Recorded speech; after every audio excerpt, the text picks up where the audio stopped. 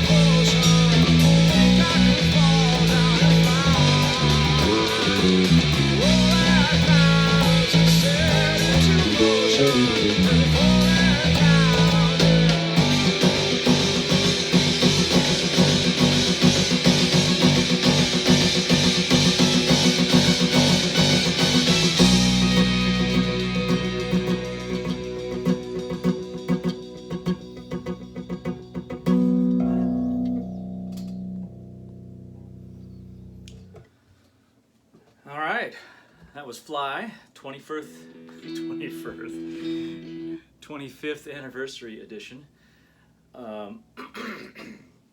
So I'm revisiting these songs 25 years later.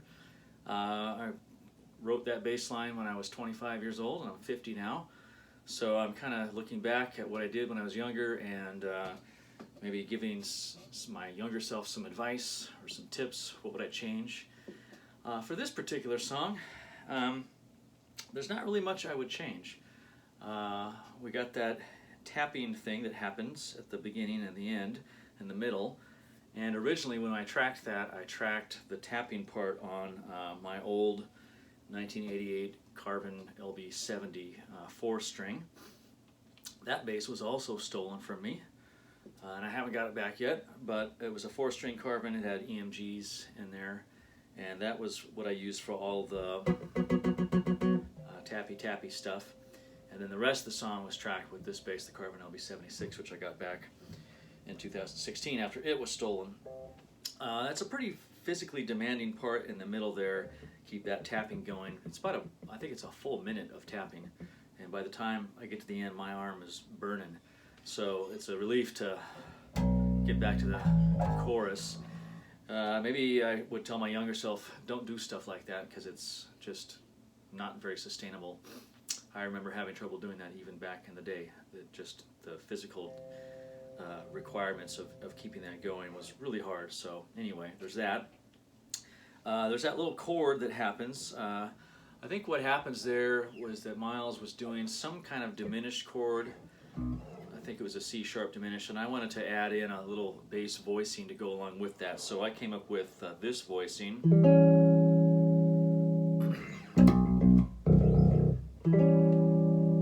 So it's E on the D string, G on the G string, C sharp on the C string. So it gives you a nice little color. It just adds a little color to what the guitar is already doing. Although it is a little tricky to get that in there.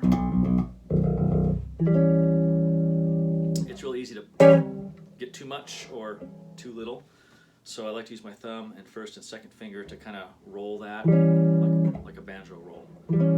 And nowadays I play that B on the A string over my neck pickup, and I play the low open B over the bridge pickup, just to get it a little tighter of a sound. It's really clacky if you play that low open B over the neck pickup, which I don't care for that. It's better on the A string. Over here it's a little bit too tight, a little bit too nasally, so I go to the neck pickup for the A string note, and then down to the bridge pickup for the B string note. And I get a nice blend of not too much clackiness, not too much nasal. So that's why I go back and forth like that. Let's see, there's some octaves, kind of a build-up. F sharp octave, G, A, B. First time through, that ends on just an A power chord. A, E, A. Second time that octave thing happens, F sharp, G, A, B, I go up to a D major third, a D with a third, D with a major third. So those are just color tones on the B. It's actually B, D, F sharp gives you that. Actually, it's a B minor chord. Is that right? Yeah, it is. So, and then the second time that ends, instead of doing an A power chord, I do an A add 9 chord. So open A and E on the above the octave of the D string, and B on the G string. It adds that nice little color tone to the guitar part. And there's that chorus, B to A. This is actually an E with the G sharp bass, back to A.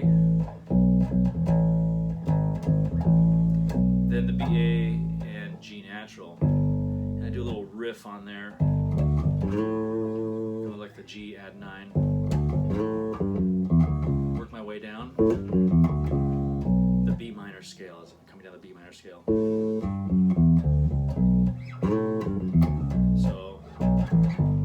There's my G add 9, down the B minor scale, back to the B to A to G sharp, which is actually just part of an E chord, right? And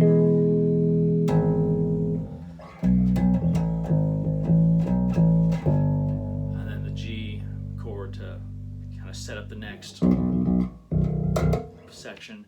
Or if you're going into the bridge, I go from the root to the fifth to the octave,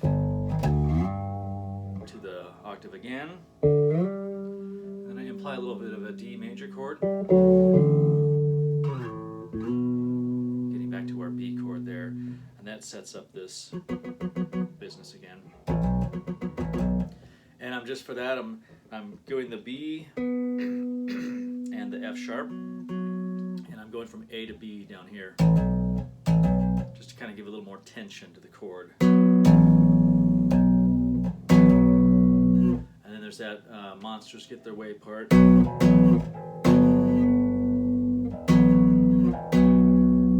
So that's about it. Kind of a fade out at the end. Had I tracked that on the 6th string, I would have added that low B, but I tracked it on the 4th string. But nowadays I would let that low B ring out for the very end. That'd be pretty cool. Anyway, I'm wearing my Craig Johnson shirt in memory of Craig Johnson. Him and Jeff Miller both left us too soon, so please keep Jeff Miller and Craig Johnson in your memories. Keep listening to their music and keep them in your heart so that we don't forget, okay? All right, that's all for now. We'll see you in the next one. Take care.